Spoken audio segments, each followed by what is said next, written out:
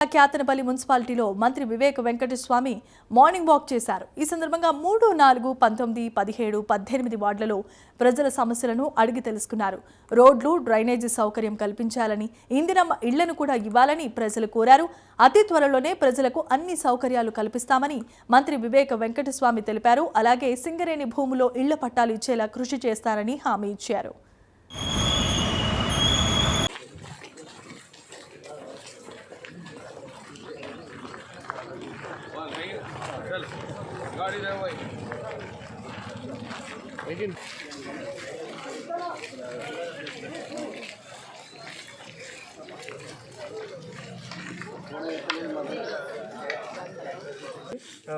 Visiting చేసారు కానీ మాకు శాశ్వతంగా పరిష్కారం అప్పుడు మాకు చూపించలేకపోయారు. మేము అడిగినా కూడా మాకు ఇంత ఎఫెక్ట్ పడుతుంది అనే విషయం మాకు తెలియదు.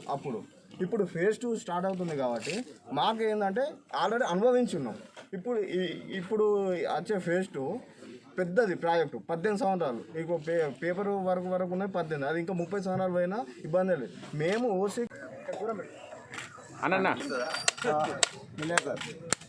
అన్న బేసిన్ తీసామన్నా బేసిన్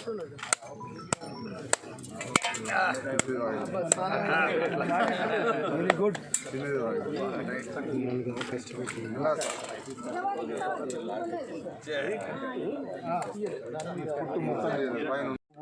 లేకుండేనా డస్ట్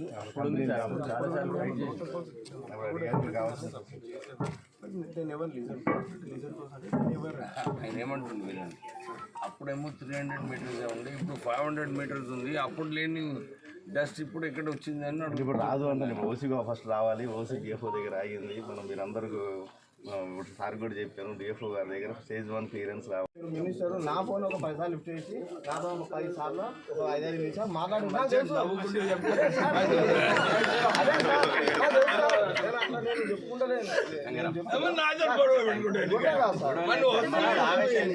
కూడా మొత్తం కాంగ్రెస్ పార్టీ వాళ్ళే ఫస్ట్ వచ్చి ఏం చేయాలి. 4 సార్లు ఫోన్ చేసిన పట్టాల పొంగిరెడ్డి దగ్గర ఉంది పైన.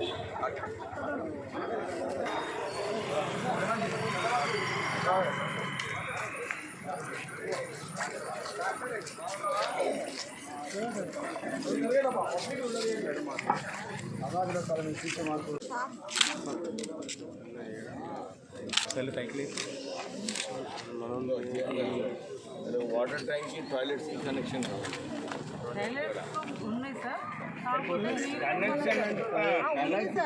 సరిపోవట్లేదు సార్, వాటర్ సరిపోవట్లేదు. ట్యాంక్ కలెక్షన్ చేశాను, వాటర్ ట్యాంకులు ఇవ్వలేదు. వాటర్ కలెక్షన్ దాన్ని తీస్తే మీకు సొల్యూషన్ తీసుకుందాం. ఎన్ని ఉన్నాయి ఇక్కడ ఇల్లులు? 450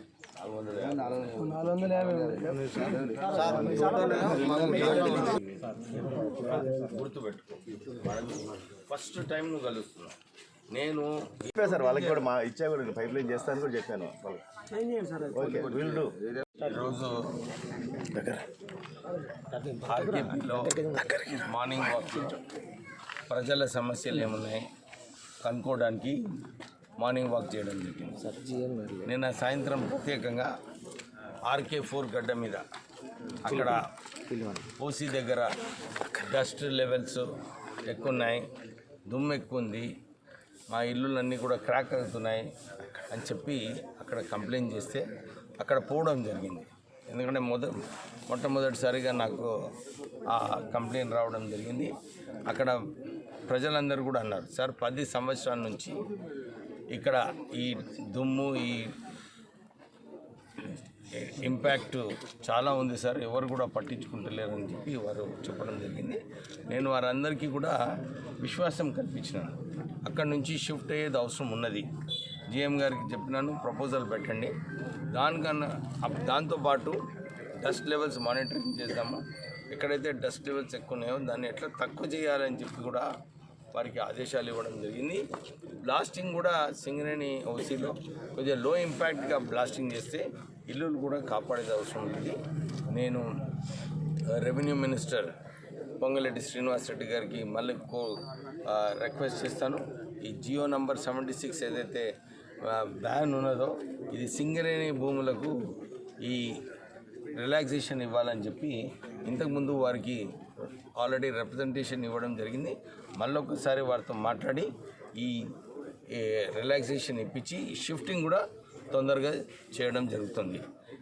ఇంపార్టెంట్ ఏంటంటే ఇతర వార్డులకు కూడా వెళ్ళినప్పుడు నిజంగా మంచిగా సీసీ రోడ్స్ అన్నీ కూడా ఉన్నాయి. ప్రజలు ఎక్కడైతే నాలీలు కావాలన్నారో అది కూడా శాంక్షన్ చేయించడం జరిగింది. మనం ఆర్కేపీకి మొన్న కూడా నగర అభివృద్ధి దాంట్లో సుమారు ఎన్ని కోట్ల 15 కోట్ల రూపాయలు శాంక్షన్ అయినాయి. వర్క్స్ అన్నీ కూడా టెండర్స్ కూడా అయిపోయినాయి. అగ్రిమెంట్ అవుతుంది 2 రోజులలో. పని కూడా తొందరగా స్టార్ట్ అయ్యి ఒక 15-20 రోజులలో పనులన్నీ కూడా పూర్తిగా అవుతాయి. Thank you.